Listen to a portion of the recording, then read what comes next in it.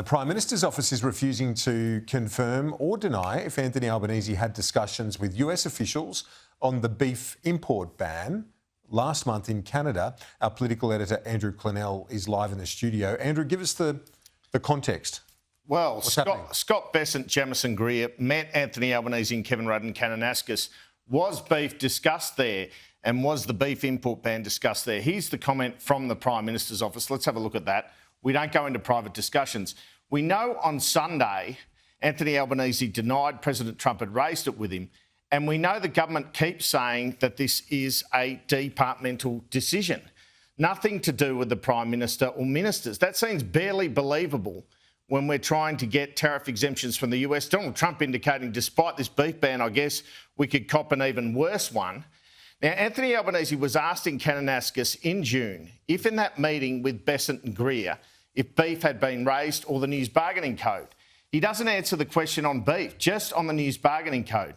Did the Australian officials put up this beef import lifting as a potential sop to the Trump administration? We've got this meeting in June and we have the departmental decision or so-called decision occurring in July. Here was Anthony Albanese in Kananaskis not going to the beef question.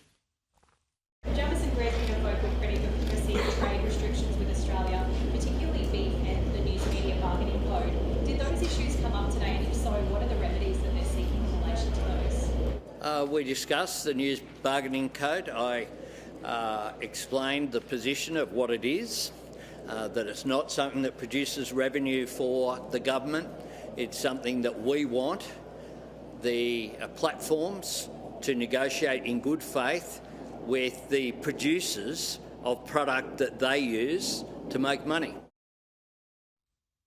All right, and here's Don Farrell on Sunday Agenda, the Trade Minister, insisting this had nothing to do with Anthony Albanese, this beef decision, nothing to do with Don Farrell, nothing to do with Agriculture Minister Julie Collins. It is what I call the government's Deirdre Chambers moment. So this isn't the government's Deirdre Chambers moment here. I mean, you've got Donald Trump raises with Anthony Albanese in a phone call, I'd like to see US beef imports in Australia. Then the department makes its, as you put it, independent decision about it. But those two things have no correlation whatsoever as far as you're concerned. Is that what you're saying? This process has been going on for 10 years. Are you saying those two things have nothing to do with each other? Correct. That's exactly what I'm saying.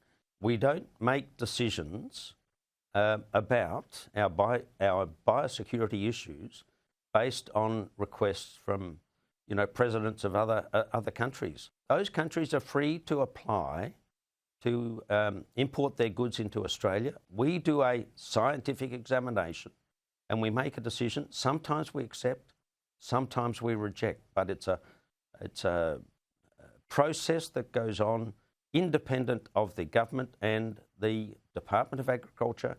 They're excellent scientists. We've got some of the top scientists in the world in this space. They've made a decision that it's appropriate to allow that beef.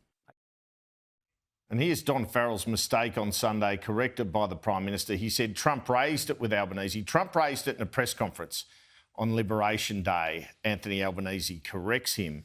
But we still have no answer on whether it was part of discussions between the Prime Minister and senior US officials just a month before the decision was made. Here was Don Farrell and Anthony Albanese Sunday.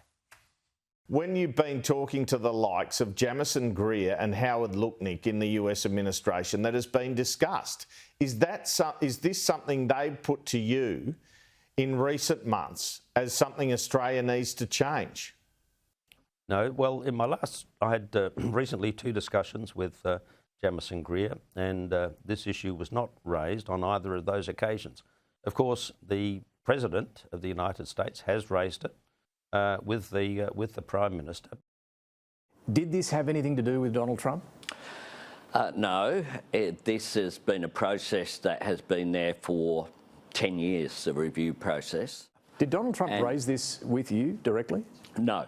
Donald Trump, though, did raise it at the so-called Liberation Day. Of course, he raised it publicly. Andrew Clennell, thank you very much for that. We'll talk to you soon.